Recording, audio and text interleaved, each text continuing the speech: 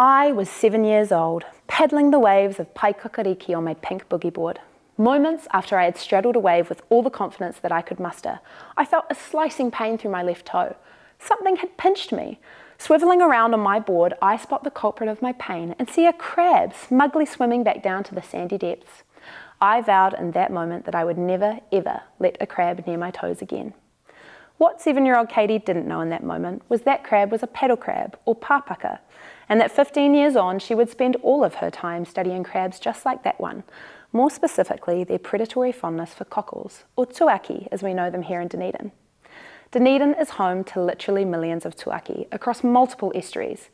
Large tuaki have a strong outer shell, but juvenile tuaki have a weak shell that is easily crushed by predators. Tuaki are a taonga species and have a strong recreational fishery. But tuaki, like many other coastal marine species, are in decline throughout the shores of Aotearoa due to pollution, erosion and commercial overfishing issues. The decline of tuaki in our estuaries is not good news. Tuaki are filter feeders and have the ability to process polluted estuarine water. Without them, these systems can go into environmental collapse. For my Masters in Marine Science, I am studying how we can protect and restore our tuaki populations. If a community finds that its tuaki bed is in decline, what can it do to help it?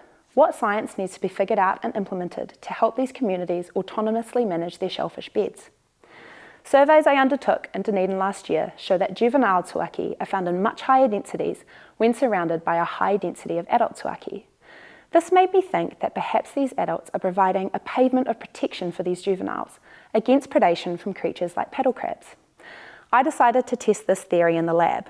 With 15 tanks, I ran 3 treatments: juvenile tuaki on their own, juvenile tuaki with a medium density of adults present, and juvenile tuaki with a high density of adults present. I then added in 1 paddle crab per tank and tracked the predation rates on juveniles over a 48-hour period. So far, a trend is evident that in the absence of adults, juvenile tuaki are much more vulnerable to predation. This made me think that these adults are essential to the survival and growth of our juvenile tuaki. The presence of adults in our estuaries is essential not only for the estuarine health, but also for the survival of these juveniles to support future tuaki populations. The implementation of conservation strategies that communities can carry out is essential to the survival of this taonga species. I'm not just passionate about my Masters for these reasons. I study tuaki and paddle crabs for 7-year-old Katie, so that kids like her can keep digging for tuaki in our estuaries and swishing through the waves for many years to come. All that being said, I will still never let a paddle crab near my toes.